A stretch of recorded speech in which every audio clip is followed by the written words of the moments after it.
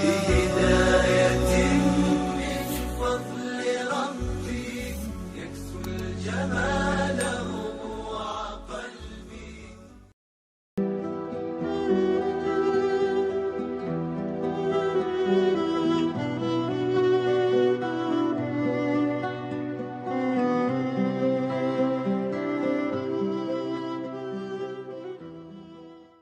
Nanti sampai masanya, kata Nabi Sallallahu Alaihi Wasallam, sampai-sampai batu pun akan berkata, ya Abdallah, wahai hamba Allah, hadzal Yahudi, ini di belakangku khalfi ada seorang Yahudi, uqtulhu, bunuhlah dia.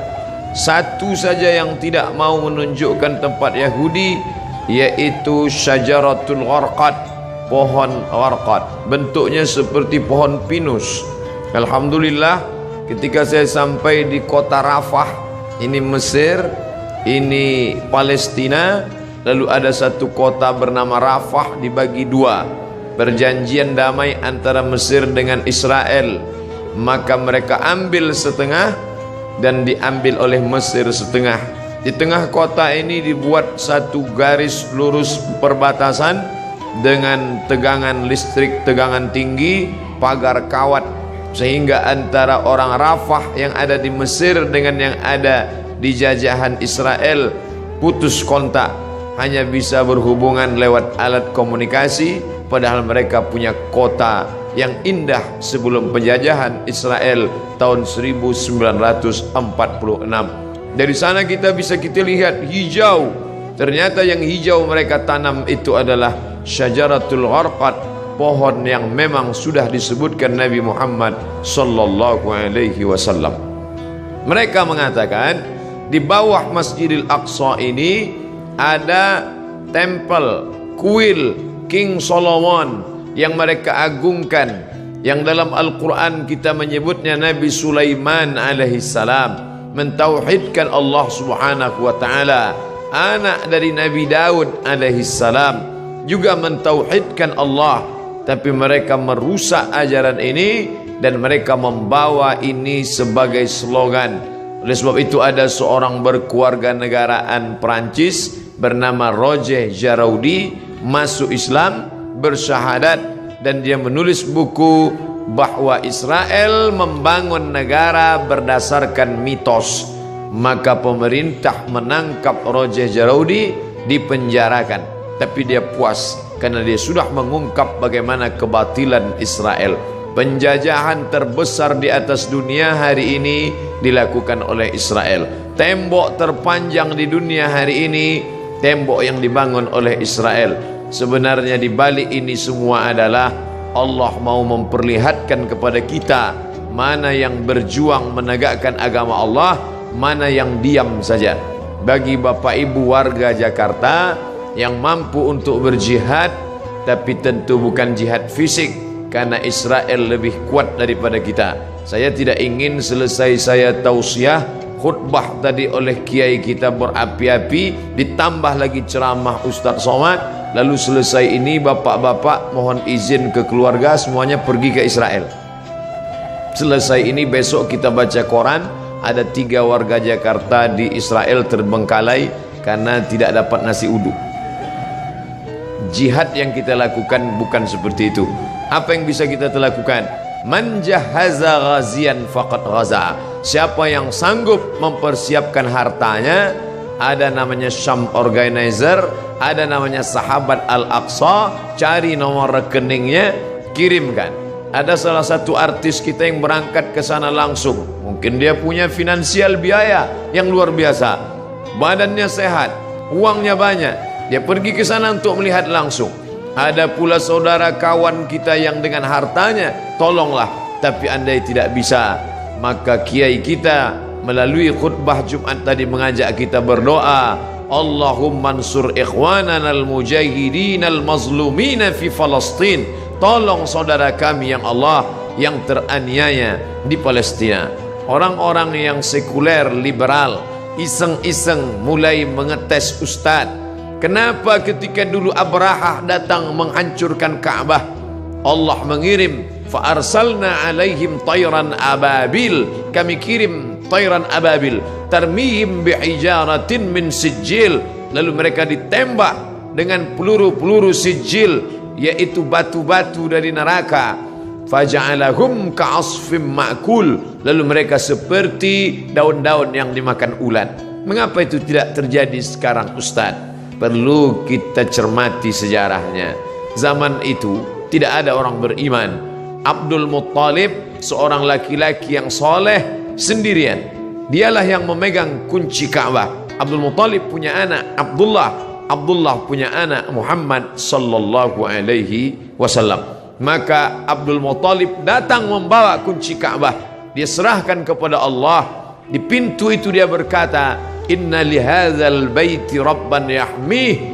Rumah Baitullah ini ada Rabb, pemilik, pencipta, pelindungnya. Aku tak sanggup menjaganya, ya Allah jagalah dia. Zaman itu tidak ada orang beriman, tapi hari ini 2 miliar orang beriman. Asia Tenggara saja lebih dari 1,5 miliar. Indonesia, Malaysia, Brunei Darussalam, Moro, Patani Thailand Selatan. Maka ini sudah cukup. Belum lagi dari daratan India, Pakistan, Bangladesh, Myanmar, lalu kemudian 22 negara Arab yang terpecah dari mulai Yaman sampai ke Maghribi Maroko di Afrika Utara. Umat Islam yang tersebar di Eropa, imigran dari Jerman yang sudah ada di Jerman, imigran dari Turki hampir lebih 2 juta orang. Umat Islam tersebar banyak. Ini adalah tantangan bagi umat Islam, bagaimana menolong Masjidil Aqsa yang menjadi kiblat Nabi menghadap ke Masjidil Aqsa 18 bulan lamanya.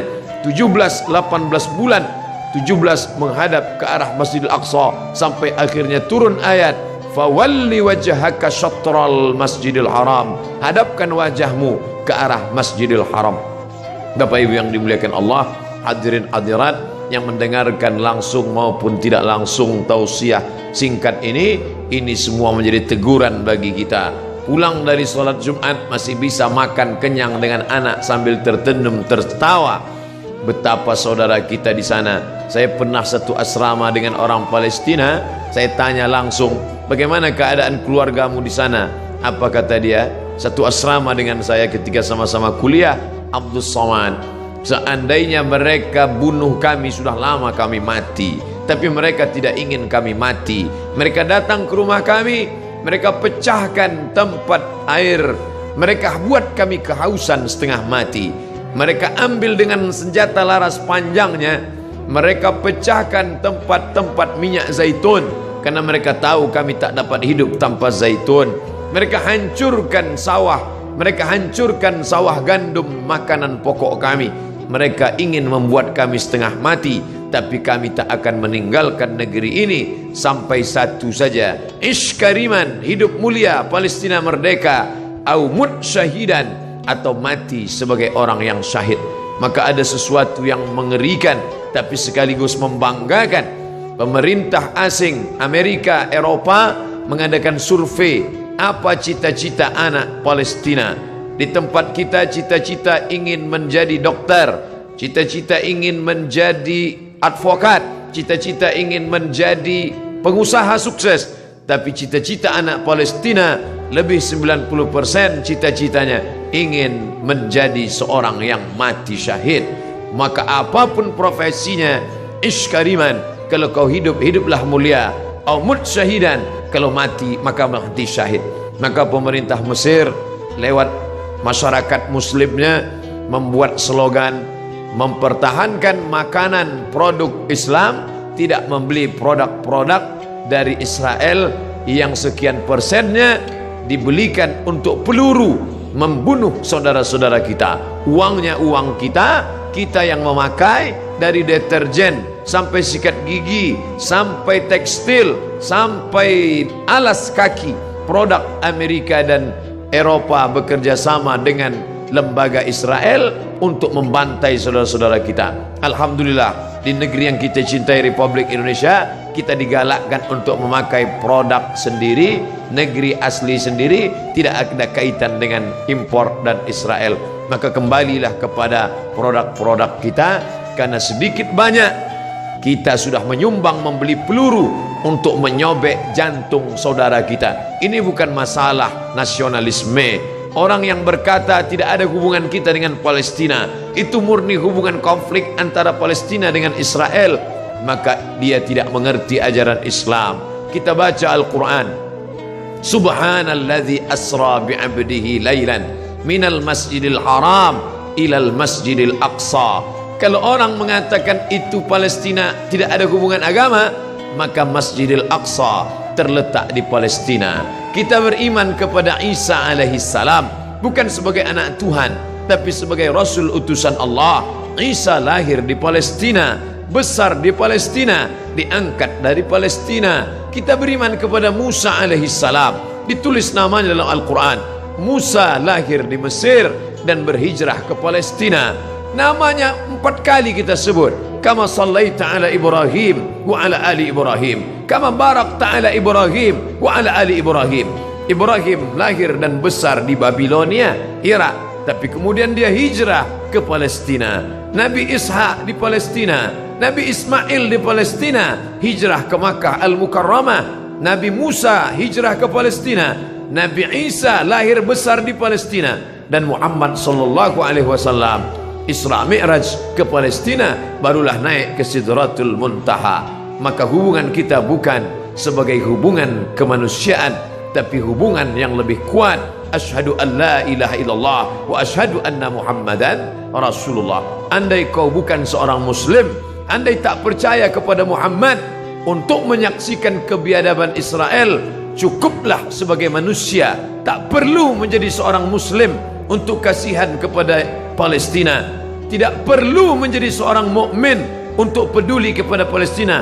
Cukup menjadi manusia yang berakal sehat, maka sudah cukup untuk membela Palestina sebagai manusia. Oleh sebab itu sekarang bergejolak orang-orang Eropa yang tidak bertuhan, ateis, tak percaya kepada Tuhan, tapi tetap membawa bendera Palestina. Maka aneh bin ajaib kalau ada orang Islam yang setiap hari berkata asyhadu an la ilaha illallah wa asyhadu anna Muhammadar Rasulullah, tapi tak tergerak hatinya melihat apa yang diderita oleh Palestina. Dulu kita tidak bisa melihatnya, tapi sekarang nyata.